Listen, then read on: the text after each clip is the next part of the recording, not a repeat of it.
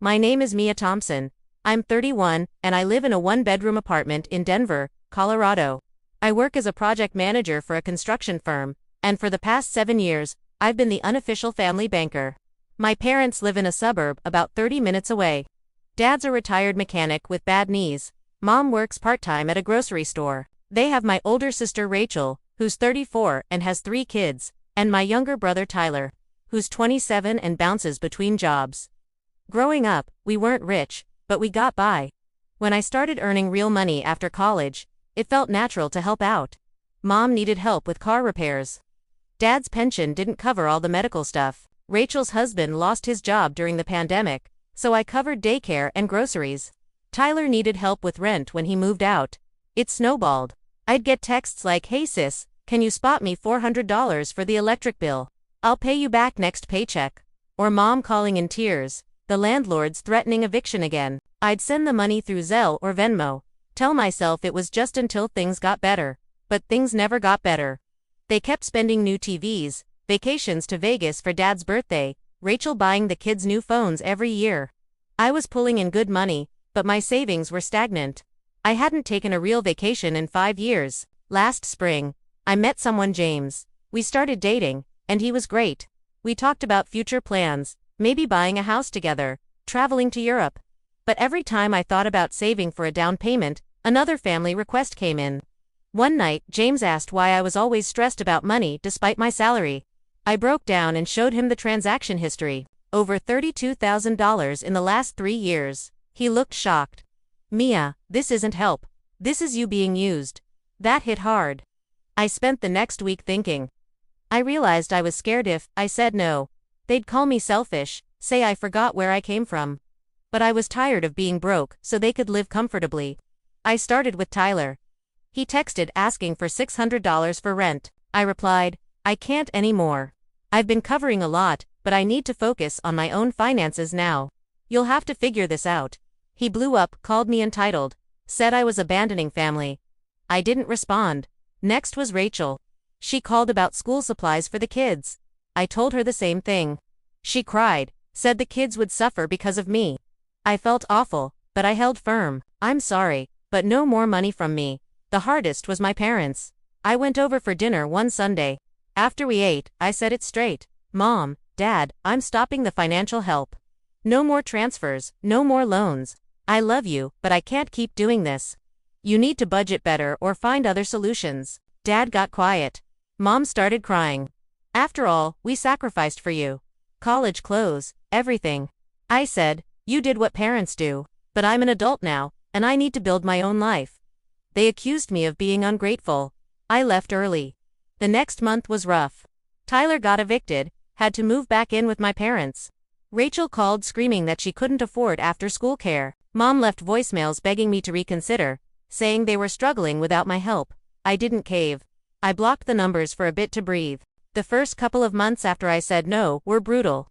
Tyler moved back in with my parents, his eviction notice came quick, and he had nowhere else to go. He texted me once, angry, "Thanks for nothing, Mia. Hope you're happy with your fancy apartment while we're crammed in here." I didn't reply. It stung, but I knew responding would just reopen the door. Rachel's situation got messy too. Without my help on after-school care, she had to cut her hours at work. She posted vague things on Facebook about single moms getting no support from family with crying emojis. A few mutual friends messaged me asking what was going on. I just said, "We're working through some stuff privately, no details." I wasn't going to air it out. Mom and Dad struggled the hardest at first. The landlord did send an eviction warning when rent was late. Mom called me sobbing one night. "Mia, please, just this one time. We'll pay you back." I told her gently but firmly, "I can't, Mom. I love you, but I've been saying yes for too long. You need to find another way, maybe talk to the landlord about a payment plan, or look into low-income housing help." She hung up crying. Dad didn't call after that. He just stopped talking to me altogether for a while. I felt like the worst person in the world. Nights were rough-eyed, lie awake, wondering if the kids were okay, if my parents were eating, if I'd gone too far. James held me through it. He'd remind me, "You're not abandoning them. You're forcing them to stand on their own feet." That's love too. Slowly, things started changing. Tyler got a second job delivering for DoorDash on top of his warehouse shifts.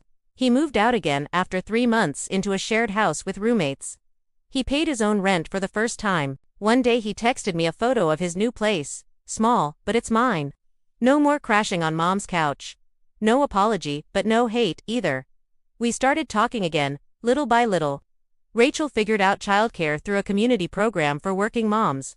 She went back to full-time hours and even got a small raise.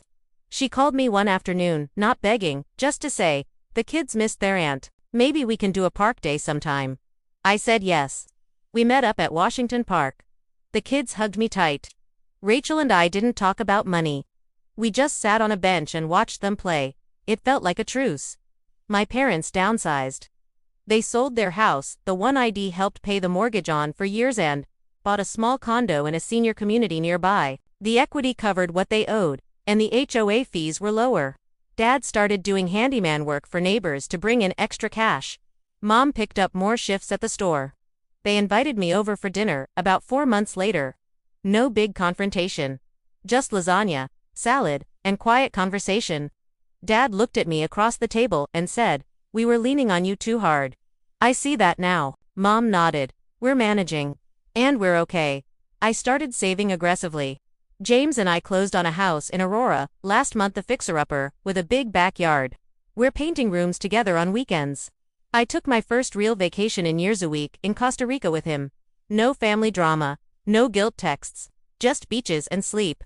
Last weekend, the whole family came over for a housewarming barbecue. Tyler brought burgers, Rachel brought the kids and potato salad, Mom and Dad brought dessert.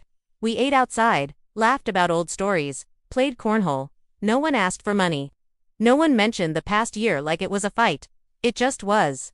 When everyone left, James and I cleaned up. He kissed my forehead and said, "Look at what you built."